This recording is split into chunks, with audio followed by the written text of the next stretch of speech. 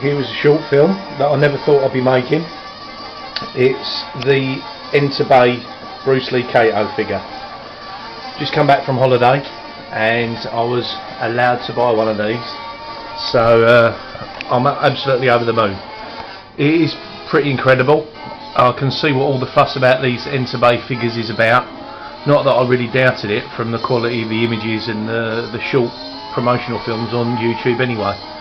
But I just wanted to let people hear a kind of a vocal, verbal description of what this looks like. The film, as always, is about as best as I can do. But anyway, this is it. The box is incredible. It kind of looks like an old-fashioned men's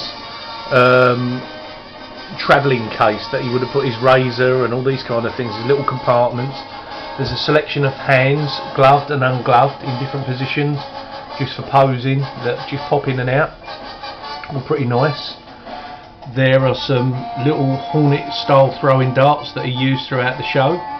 There's his Kato alter ego uniform as well, that he wore when he was wandering around Britt Reed's home serving tea and other demeaning stuff, which I know Bruce himself wasn't very keen to do, but that's part and parcel of the character, I guess.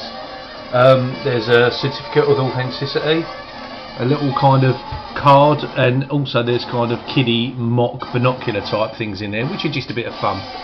The character itself comes in this section here when you buy him. He's got a little zip bag he comes in, so I mean no sort of cost has been spared on this. It is expensive, but when you see these you know why and you appreciate it. The figure itself is just stunning. I won't mess around with him too much because I want him to look as he is, but he actually looked as good as this when he came out of the box. Normally when I get a figure I have to take the clothes off, repose things that have been twisted. This fella looks this good straight out of the box. The face is incredible. It's you won't see it from my camera. The mask pops on and off, we'll look at that in a minute. The clothes hang on him as clothes hang on a real person, which is what's impressive.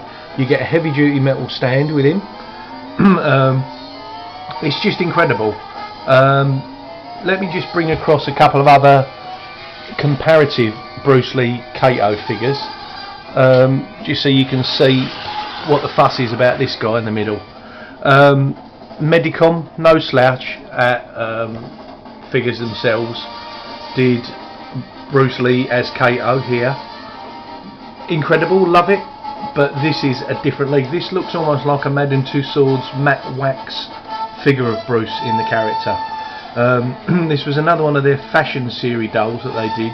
This was Bruce as he appeared at, I believe, June Ree's martial arts tournament in maybe 68 or 69. I don't know it sure exactly. I might have to look that up. But nonetheless, he was round about the time that he played Kato, so he kind of looked as he would have done unmasked. But again, you can see there's no. It's an okay likeness to Bruce, and the clothes are nice. But again, it just doesn't compare in any way to this fella. Certainly in the last few years, I believe this is sculpted by a guy called Arnie Kim. This fella is the man. There's no question about it. Whether it's the younger Bruce in Green Hornet or the kind of final days Bruce Lee, if you like, from Enter the Dragon and Game of Death, he just captures it. The face is kind of almost got a skin-like texture to it. It's a bit sort of creepy, whereas these guys are clearly just kind of plastic. But there you go. That's three kind of 1960s Bruce Lee figures, but the Enterbay one is just head and shoulders above the rest.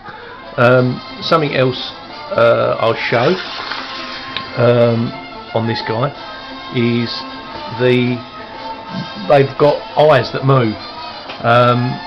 You can pose him in costume or as I say as Kato. Let me take the hat off. The hat, there's a magnet inside that holds everything in. So this is what the back of the head looks like.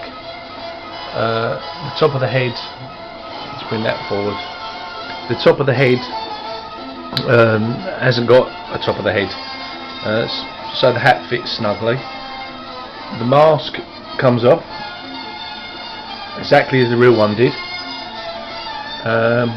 and the hair comes off too. This is all a bit weird and scary. but the head, oops, so I just need 2 hands really to do this. There we go. The hair comes off, and you're left with that.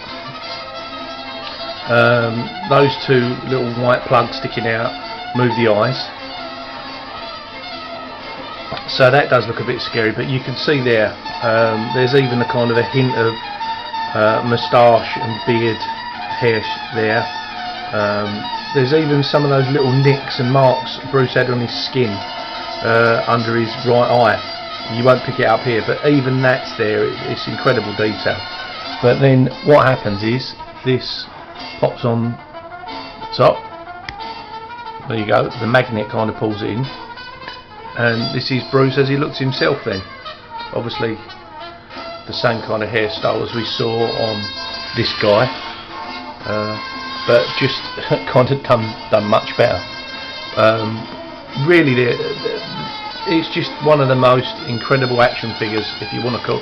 It's more than an action figure, as I say. It's kind of like a Madame Tussauds figurine. It really is a beautiful piece. Just so you can see what the mask looks like. There's a nice little shot of the mask. That is very, very authentic, if not perfect. Just as another comparison thing, here is a full-size Kato mask. So you can see, and this is pretty authentic. This one, it's a replica, obviously, and this is the toy one, or the Enterbay one. There's nothing really to separate that. It looks spot on, and this just as a bit of fun. It's the little tiny Quentin Tarantino Kill Bill figure mask. So it's just another little tiny one. But this really is one of the most amazing things I think I've got in my collection. I thank Maxine, my partner, for allowing me to have it. It really is just an incredible piece of work. So there you go, Enterbay's stunning Bruce Lee as Kato figure. Thanks for watching.